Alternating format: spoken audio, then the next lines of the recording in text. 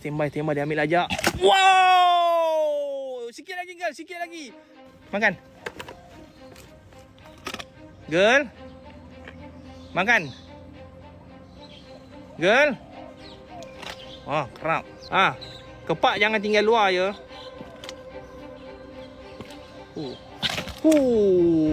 Mantap lah nak. Kau gerti buat macam buaya buat ya. Sekali lagi. Yang tadi tu. Baik angkat kat depan ni. Kau jangan salah sebat ayam tu weh. Anak-anak, hari ni kita ada dapat satu pembelajaran penting lah. Macam mana buaya makan mangsa yang besar ataupun sesuatu yang dia tak boleh telan. Biasanya dia akan macam tu. Kalau benda tu masih lagi berpaut atau bersangkut pada satu bahagian. Contohnya dia terpegang kaki lembu, tarik, lembu pula melawan-lawan. Tak boleh dia nak putuskan kaki tu. Dia pusing. Ulti dia dead roll.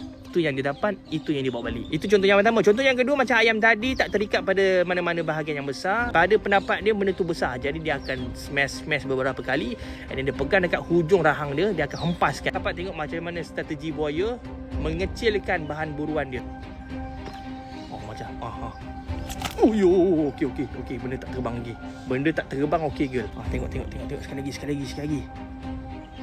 Libas. Okey, standby dia ambil lajak. Wow! Sikit lagi girl, sikit lagi. Hebat dia mah.